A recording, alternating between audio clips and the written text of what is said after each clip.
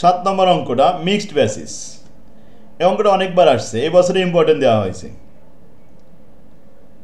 হয়তো নামটা পরিবর্তন করতে পারে, ফিগারটা হয়তো পরিবর্তন করতে পারে, কিন্তু সিস্টেম এরকমই থাকবে। Jamuna Lighters Limited has the two division, namely A battery division and B lighting division. Battery division sell 20% of it the product to the outside customer 40 টাকা পার ইউনিট। ব্যাটারি ডিভিশন যা উৎপাদন করে তো উৎপাদনের 20% সব outside মার্কেটে বিক্রি করে দিয়ে আসে, আর 80% ট্রান্সফার করে। And the transfer the rest to the lighters division. Rest বলতে অবশিষ্ট 80% ট্রান্সফার করে বিভিন্ন মেথডগুলোর নিচে লেখা আছে। The cost data off battery division for the current year is given below. Battery division হলো এ ডিভিশনের ব্যয় কেমন হয়েছিল? প্রথম ব্যাটারি উৎপাদন করতে ব্যাটারি প্রোডাকশন 5 লক্ষ ইউনিট উৎপাদন হয়েছিল। আচ্ছা, 5 লক্ষ ইউনিটের 20% গুণ করলে হয় 1 লক্ষ। তো 1 লক্ষ ইউনিট আউটসাইড মার্কেটে বিক্রি হয়েছিল, আর 80% হয় 4 লক্ষ। সেই 4 লক্ষ ট্রান্সফার হয়েছিল বি ডিভিশনে। কস্ট অফ প্রোডাকশন 5 লক্ষ ইউনিটের জন্য 1,20,00,000 টাকা, আর সেলিং অ্যান্ড ডিস্ট্রিবিউশন খরচ 4 লাখ টাকা। এখন প্রশ্ন, এই 4 লাখ টাকা খরচ হয়েছে সেলিং খরচ, এটাকে আমরা সেলিং কস্ট পার ইউনিট তৈরি করার সময় কত ইউনিট দিয়ে ভাগ করবো? প্রোডাকশন 5 লক্ষ ইউনিট দিয়ে ভাগ করবো, নাকি আমরা আউটসাইড মার্কেটে যে বিক্রি করলাম 1 লক্ষ ইউনিট সেটা দিয়ে ভাগ করবো? ওই 1 লক্ষ ইউনিট দিয়ে ভাগ করতে হবে, কারণ সেলিং হয় যেটা আউটসাইড মার্কেটে বিক্রি করা হয় ওইটার পারপাসে সেলিং খরচ হয়েছে। প্রোডাকশনের সাথে সেলিং খরচ যোগ করা যায় না। প্রোডাকশন হয়েছে 5 লক্ষ ইউনিট, ওইটার সাথে সেলিংয়ের কোনো সম্পর্ক নেই। সম্পর্ক আছে যখন বিক্রি করা হবে তখনই সেলিং খরচ হবে। তাই 1 লক্ষ ইউনিট দিয়ে ভাগ করলে 4 টাকা পার ইউনিট হবে কিন্তু। আর অ্যাডমিন ওই 5 লক্ষ ইউনিট দিয়ে ভাগ করতে হবে per unit. You are required to determine the transfer price in each of the following circumstance. কয়টা মেথড? নাম্বার 1, 2, 3, 4 4টে মেথডই করতে হবে, 10 মার্ক পাওয়া যাবে। প্রথমে এ নাম্বার রিকোয়ারমেন্ট, এ নাম্বারে 4টা ট্রান্সফার প্রাইস দেখাবো, আবার বি নাম্বারে ইনকাম স্টেটমেন্ট দেখাবো। এ নাম্বারে প্রথমে at market price, transfer price হবে মার্কেট প্রাইস। তো মার্কেট প্রাইস 40 টাকা, সুতরাং ট্রান্সফার প্রাইস হবে 40 টাকা। তাই আমরা 1 নম্বর রিকোয়ারমেন্ট দেখালাম, এর 1 the transfer price would be 40 টাকা because it's the market price, কারণ এটাই তো ছিল মার্কেট প্রাইস। 2 নম্বরে at market price less selling and distribution খরচ। মার্কেট প্রাইস এই 40 টাকা, সেখান থেকে সেলিং খরচ বাদ দিতে হবে 60 টাকা। তো সেলিং অ্যান্ড ডিস্ট্রিবিউশন 60 টাকা পেলাম কোথায়? ওই 4 লক্ষ টাকাকে 1 লক্ষ ইউনিট দিয়ে ভাগ করে 4 টাকা পার ইউনিট দেখাইছি। তাহলে এর 2, এই যে মার্কেট প্রাইস 40 টাকা, সেলিং অ্যান্ড ডিস্ট্রিবিউশন 60 টাকা, বাদ দিলে 36 টাকা, অতএব 36 টাকা হবে ট্রান্সফার প্রাইস। এর 3 20% প্রফিট অন সেল, বিক্রয়ের উপরে 20% মুনাফা, এতে আমাদের ট্রান্সফার প্রাইস নির্ধারণ করতে হবে। 3 নম্বরে আসেন, তো বিক্রয়ের উপরে বিক্রয় পাবো কোথায়? আমাদের দেওয়া রয়েছে কস্ট। টোটাল কস্ট কত? 1,20,00,000, আর 20 লাখ টাকা হলো আমাদের অ্যাডমিন খরচ, আর 4 লাখ টাকা হলো সেলিং খরচ, সব মিলে 1,44,00,000 টাকা। এই হলো আমাদের total cost. Profit 20% on sale, sale হচ্ছে 100, প্রফিট 20, কস্ট হলো 80, অথবা 1,44,00,000 টাকাকে এই কস্টকে 80 দিয়ে ভাগ দিয়ে 20 দিয়ে গুণ করলে প্রফিট পেয়ে গেলাম 36 লাখ। 36 লাখ আর 1,44,00,000 মিলে 1,80,00,000 টাকা। এখান থেকে আমাদের অলরেডি মার্কেটে আউটসাইড মার্কেটে বিক্রি হয়ে গেছে 1 লক্ষ ইউনিট, তবে 40 টাকা করে বিক্রি করেছি আমরা। তো 40 লাখ টাকা ম্যানেজ হয়ে গেছে অলরেডি।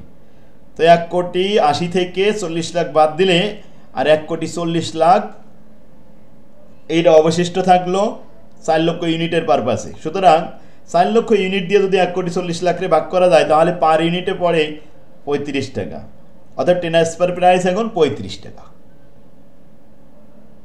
এই হলো অ্যান্সার। আরেকটা মেথড আছে এর 4 রোমান 4, যেটা at cost of production plus 40% profit.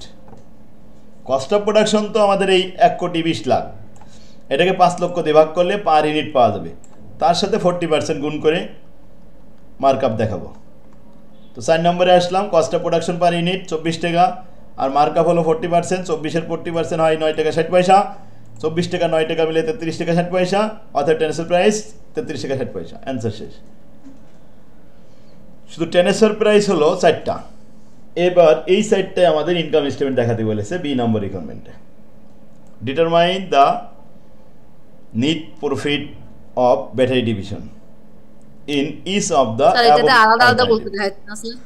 আলাদা রিকোয়ারমেন্ট বলেছে, তাই প্রত্যেকটা আলাদা আলাদা করে each of the above alternative, উপরের এই 4টা অল্টারনেটিভ 4টা ইনকাম স্টেটমেন্ট তৈরি করতে হবে। তাহলে বির 1, 2, 3, 4, বিতে ইনকাম স্টেটমেন্ট, এই হলো ইনকাম স্টেটমেন্ট। 1 নম্বর মার্কেট ট্রান্সফার প্রাইস মেথড। সুতরাং আউটসাইড মার্কেটে বিক্রি করেছি 1 লক্ষ ইউনিট 40 টাকা দরে, আর ব্যাটারি ডিভিশন এই লাইটিং ডিভিশনে ট্রান্সফার করেছি 4 লক্ষ ইউনিট 40 টাকা দরে। এ হলো 1,60,00,000 আর 40 লাখ 2 কোটি টাকা গ্রোস সেল। প্রোডাকশন কস্ট 1,20,00,000 বাদ 2 কোটি থেকে থাকলো 80 লাখ গ্রোস প্রফিট। অপারেটিং খরচ 2টা, সেলিং অ্যান্ড মার্কেটিং অ্যাডমিন। তো অ্যাডমিন 20 লাখ আর সেলিং ডিস্ট্রিবিউশন 4 লাখ, এই 24 লাখ বাদ দিলে নেট প্রফিট 56 লাখ। এই হলো ইনকাম স্টেটমেন্ট শেষ। সেমভাবে আরেকটা ইনকাম স্টেটমেন্ট করবো, transfer price less distribution cost. তার মানে 2 নম্বরটা ছিল ট্রান্সফার প্রাইস 36 টাকা, ওই 40 টাকার জায়গায় এখন একটু 36 টাকা হলো, আর সব ঠিক থাকবে সেম।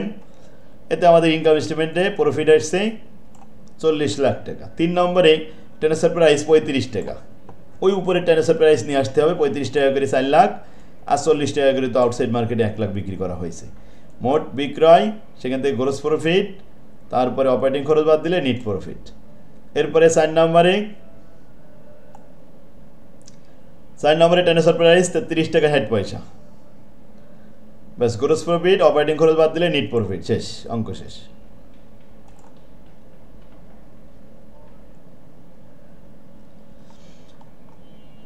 তাহলে আমরা 7 নম্বর অঙ্কটা দেখলাম। এরকম অঙ্ক আসতে পারবেন তো সবাই? ইনশাআল্লাহ। ট্রান্সফার প্রাইস অনেকবার করা হয়েছে, এই যে স্ট্র্যাটেজিক ম্যানেজমেন্ট অ্যাকাউন্টিং, তখন ট্রান্সফার প্রাইস সবগুলো করেছিলেন, আবার আজকে একটু রিভিশন দিবেন। তাহলে 1 নম্বর ফরম্যাটে আমাদের এই হলো নিয়ম, আর 2 নম্বর ফরম্যাটের কাজ হলো ডিসিশন মেকিং, শুধু ডিসিশন তৈরি করা সেখানে। এই যে 9 নম্বর অঙ্কটা এরকম এই ধরনের অঙ্ক আসলে পারবেন। 10 মার্কের অঙ্ক, 3টে রিকোয়ারমেন্ট দেওয়া আছে। স্যার এটা তো 21 সালে আসছিল, এটা কি করতে হবে? এটা কর্পোরেট ফিনান্সিয়াল রিপোর্টিং এ আসছিল 21 সালে, নাকি স্ট্র্যাটেজিক ম্যানেজমেন্টে আসছিল? না স্যার, রিপোর্টিং এ তো দেখতেছি। আচ্ছা, যদি এটা 21 সালে আসে তাহলে এটা থাক। এটা 15 সালে আর এটা 16 সালে আসছিল।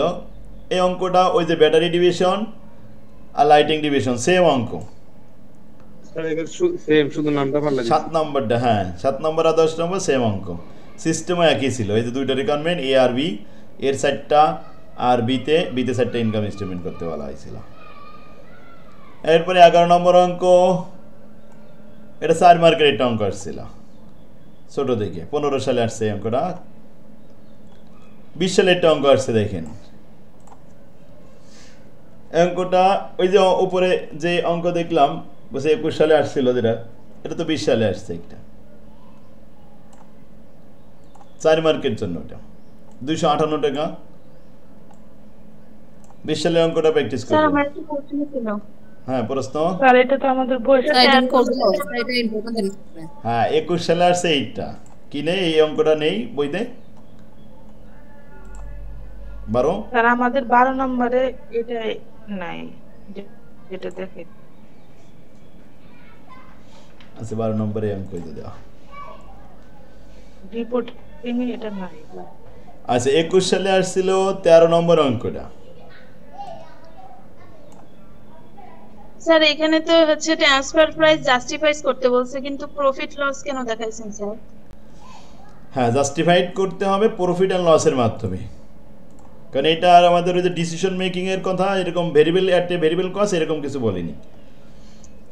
স্যার 21 নম্বর অঙ্কটাতে তো শুধু মাত্র স্যার হচ্ছে কম্পিটিটিভ আর হচ্ছে not in Not competitive. Competitive ওইটা করছেন স্যার।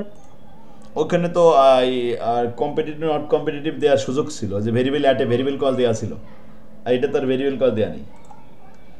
এটা ইনকাম স্টেটমেন্ট করে তা দেখাতে হয়, ইনফরমেশন উপর বেসিস করে তারপরে দেখেন। আচ্ছা, আজকে এখন থেকে রাত পর্যন্ত এই ট্রান্সফার প্রাইসের উপরেই সবগুলো অভিযান চালান, কোথায় কি সমস্যা রাত্রে আমরা এটা সমাধান করে তারপরে 5-3 দেখাবো। আজকে শুধু ট্রান্সফার প্রাইসগুলো করেন সবাই।